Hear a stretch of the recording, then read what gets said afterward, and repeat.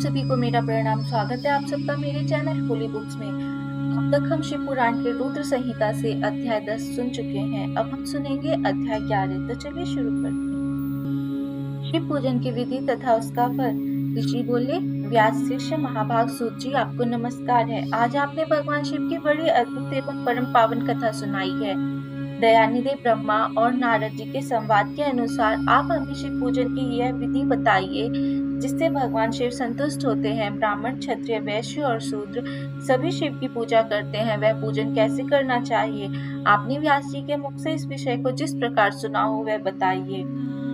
महर्षियों का वह कल्याणप्रद एवं श्रुति सम्मत वचन सुनकर सूत जी ने उन मुनियों के प्रश्न के अनुसार सब बातें प्रसन्नता पूर्वक बताई। सूत जी बोले, मुनीश्वरों, आपने बहुत अच्छी बात पूछी है, परंतु वह रहस्य की बात है। मैंने इस विषय को जैसा सुना है और जैसी मेरी बुद्धि है उसके अनुसार आज कुछ कह रहा हूँ। जैसे आप लोग पूछ रहे हैं उसी तरह पूर्व काल में व्यास जी ने सनत कुमारी जी से पूछा था, फिर उससे उपमन्यु जी ने भी सुना था।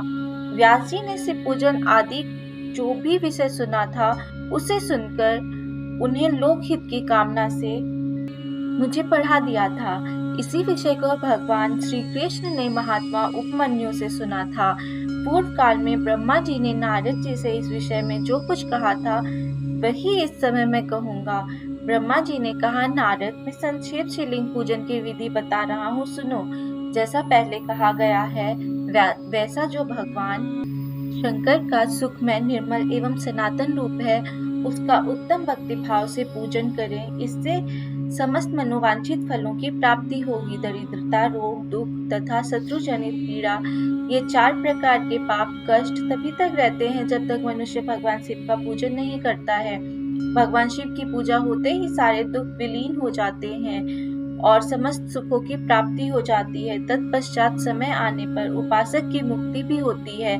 जो मानव शरीर का आश्रय लेकर मुख्यतया संतान सुख की कामना करता है उसे चाहिए कि वह संपूर्ण कार्यों और मनोरथों के साधक महादेवी जी की पूजा करे। ब्राह्मण, क्षत्रिय, वैश्य और शूद्र भी संपूर्ण कामनाओं तथा प्रयोजनों की सिद्धि के लिए क्रम से विधि के अनुसार भगवान शंकर की पूजा करें। प्रातः काल ब्रह्म मुहूर्त में उठकर गुरु तथा शिव का स्मरण करके तीर्थों का चिंतन एवं भगवान विष्णु का ध्यान करें। फिर मेरा, देवताओं का और मुनि का आदि का भी स्मरण चिंतन करके श्रोत पाठ पूर्वक शंकर जी का विधि पूर्वक नाम ले। उसके बाद शैया से उठकर निवास स्थान से दक्षिण दिशा में जाकर मल त्याग करें। उन्हें एकांत में मलोत्सर्ग करना चाहिए। उससे शुद्ध होने के लिए जो विधि मैंने सुन रखी है उसी को आज कहता हूँ। मन को एकाग्र करके सुनो। ब्राह्मण, गुदा की शुद्धि के लिए उसमें 5 बार शुद्ध मिट्टी का लेप करें और धोएं। क्षत्रिय 4 बार, वैश्य 3 बार और शूद्र 2 बार विधि पूर्वक गुदा की शुद्धि के लिए उसमें मिट्टी लगाएं। लिंग में भी 1 बार प्रयत्न पूर्वक मिट्टी लगानी चाहिए। तत्पश्चात बाएं हाथ में 10 बार और दोनों हाथों में 7 बार मिट्टी लगाकर धोएं। दांत प्रत्येक पैर में 3-3 बार मिट्टी लगाएं, फिर दोनों हाथों में भी मिट्टी लगाकर धोएं। स्त्रियों को शूद्र की ही भांति अच्छी तरह मिट्टी लगानी चाहिए। हाथ पैर धोकर पूर्ववत शुद्ध मिट्टी लें और उसे लगाकर दांत साफ करें। फिर अपने वर्ण के अनुसार मनुष्य दत्तवन करे। ब्राह्मण को 12 अंगुल की दत्तवन करनी चाहिए, क्षत्रिय को 11 अंगुल, वैश्य 10 अंगुल और शूद्र 9 अंगुल की दत्तवन करे। यह दत्तवन का मान बताया गया है। मनुस्मृति के अनुसार काल दोष का विचार करके ही दत्तवन करे या त्याग दे। तात षष्ठी प्रतिपदा, अमावस्या, नवमी, व्रत का दिन, सूर्यास्त का समय, रविवार तथा श्राद्ध दिवस ये दंत धावन के लिए वर्जित है। इसमें दत्तवन नहीं करना चाहिए। दत्तवन के पश्चात तीर्थ यानी जलाशय आदि में जाकर विधि पूर्वक स्नान करना चाहिए। विशेष देश काल आने पर मंत्रोच्चारण पूर्वक स्नान करना उचित है। स्नान के पश्चात पहले आचमन करके वह धुला हुआ वस्त्र धारण करें। फिर सुंदर एकांत स्थल में बैठकर संध्या विधि का अनुष्ठान करें। यथा योग्य संध्या विधि का पालन करके पूजा का कार्य आरंभ करें। मन को सुस्थिर करके पूजा गृह में प्रवेश करें। वहां पूजन सामग्री लेकर सुंदर आसन पर बैठे। पहले न्यास आदि करके क्रमशः महादेव जी की पूजा करें। शिव की पूजा से पहले गणेश जी की, द्वारपालों की और दिक्पालों की भी भली भांति पूजा करके पीछे देवताओं के लिए पीठ स्थान की कल्पना करें अथवा अष्टदल कमल बनाकर पूजा द्रव्य के समीप बैठे और उस कमल पर ही भगवान शिव को समासीन करें। तत्पश्चात 3 आचमन करके पुनः दोनों हाथ धोकर 3 प्राणायाम करके मध्यम प्राणायाम अर्थात कुंभक करते समय त्रिनेत्रधारी भगवान शिव का इस प्रकार ध्यान करें। उनके 5 मुख हैं, 10 भुजाएं हैं, शुद्ध स्फटिक के समान उज्ज्वल कांति है, सब प्रकार के आभूषण उनके श्री अंगों को विभूषित करते हैं तथा वे व्याघ्र चर्म की चादर ओढ़े हुए हैं।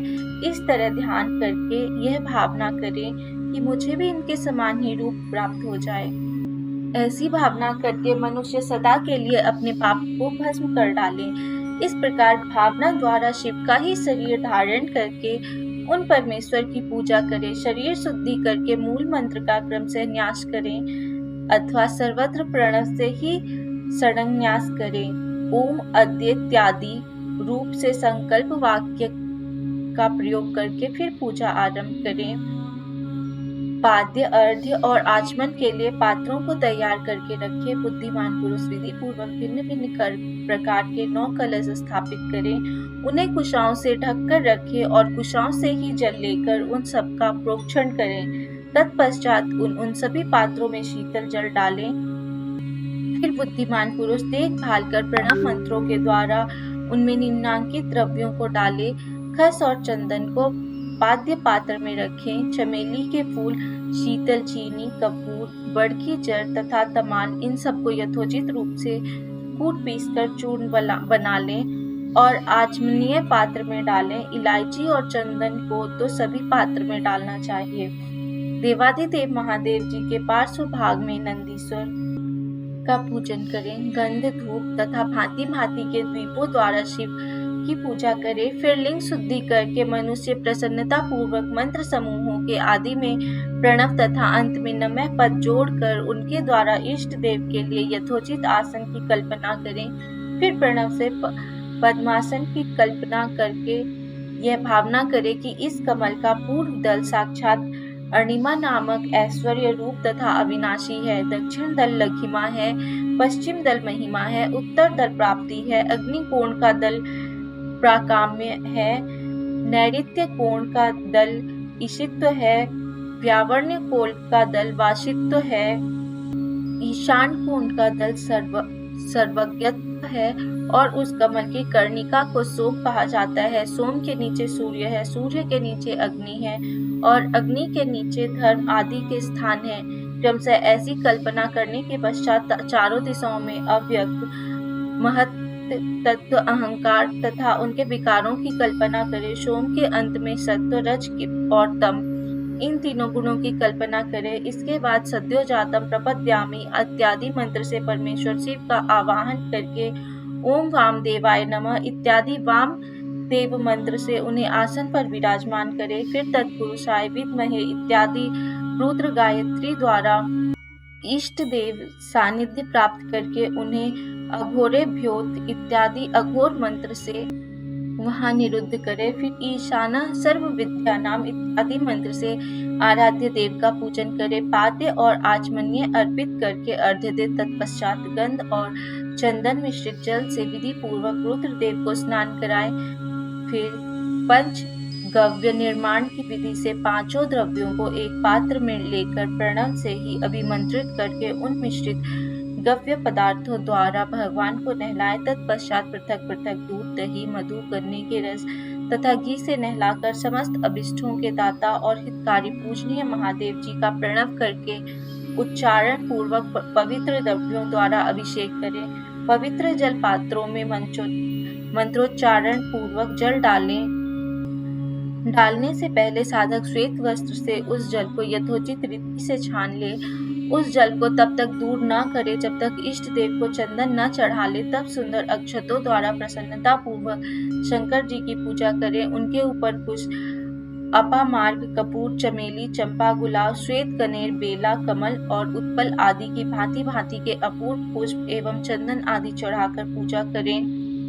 परमेश्वर शिव के ऊपर जल की धारा गिरती रहे, इसकी भी व्यवस्था करें। जल के भरे जल से भरे भांति भांति के पात्रों द्वारा महेश्वर को नहलाएं। मंत्रोच्चारण पूर्वक पूजा करनी चाहिए, वह समस्त फलों को देने वाली होती है।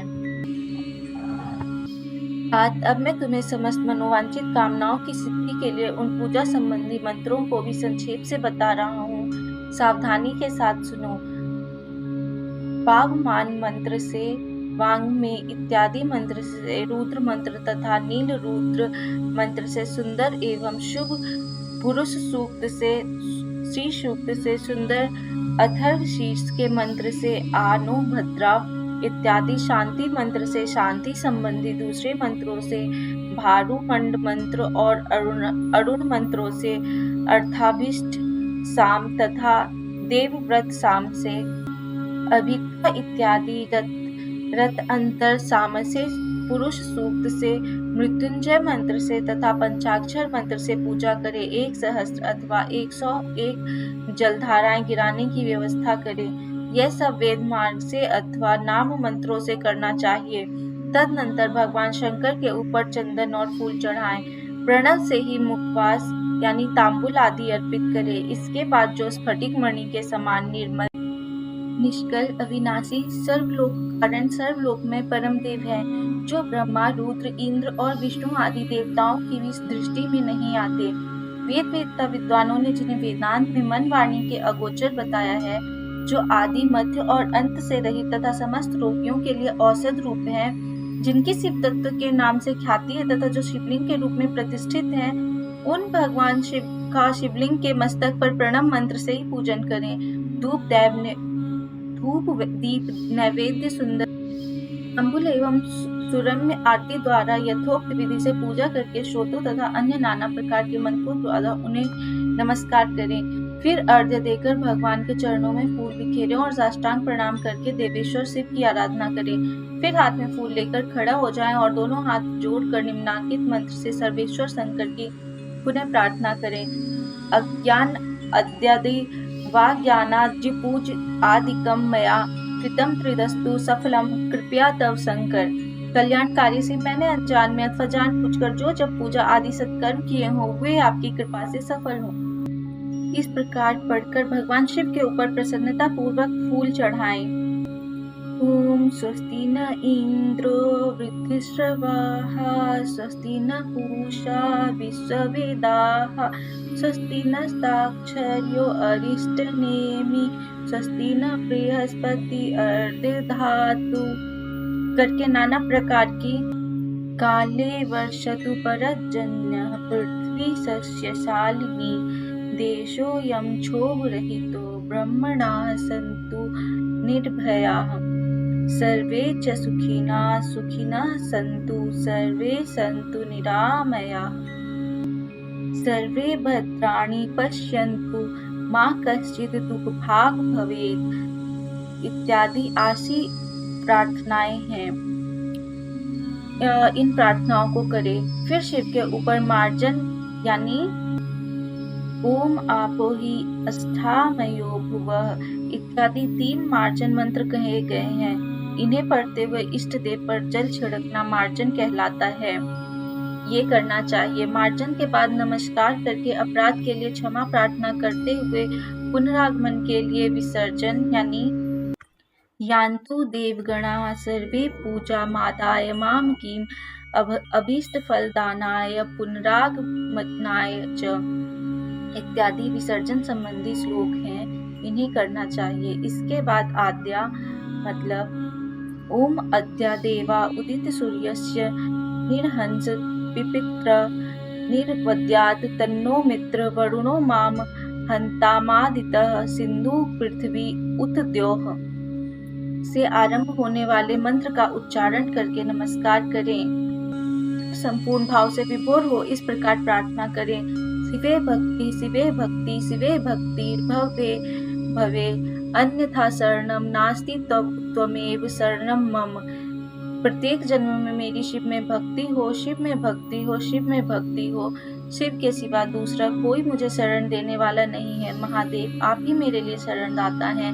इस प्रकार प्रार्थना करके संपूर्ण सिद्धियों के दाता देवेश्वर शिव का पराभक्ति के द्वारा पूजन करें। विशेषतः गले की आवाज से भगवान को संतुष्ट करें। फिर सपरिवार नमस्कार करके अनुपम प्रसन्नता का अनुभव करते हुए समस्त लौकिक कार्य सुखपूर्वक करता रहे। जो इस प्रकार शिव भक्ति परायण हो, प्रतिदिन पूजा करता है, उसे अवश्य ही पग पग पर सब प्रकार की सिद्धि प्राप्त होती है। वह उत्तम वक्ता होता है तथा उसे मनोवांछित फल की निश्चय ही प्राप्ति होती है। रोग दुख दूसरों से निमित्त होने वाले उद्वेग, कुटिलता तथा विष आदि के रूप में जो जो कष्ट उपस्थित होता है, उसे कल्याणकारी परम शिव अवश्य नष्ट कर देते हैं। उस उपासक का कल्याण होता है। भगवान शंकर की पूजा में उसमें अवश्य सद्गुणों की वृद्धि होती है, ठीक उसी तरह जैसे शुक्ल पक्ष में चंद्रमा बढ़ते हैं। मुने श्रेष्ठ नारद, इस प्रकार मैंने शिव की पूजा का विधान बताया है। अब तुम क्या सुनना चाहते हो? कौन सा प्रश्न पूछने वाले हो? यहाँ पर हमारा रुद्र संहिता का अध्याय 11 भी समाप्त होता है। जल्दी हम आपसे मिलेंगे अपने अगले अध्याय के साथ। तब तक आप हमारे चैनल को सब्सक्राइब कर लीजिए, वीडियो को लाइक कर दीजिए और अपने सुझाव हमें कमेंट बॉक्स में जरूर दें। धन्यवाद।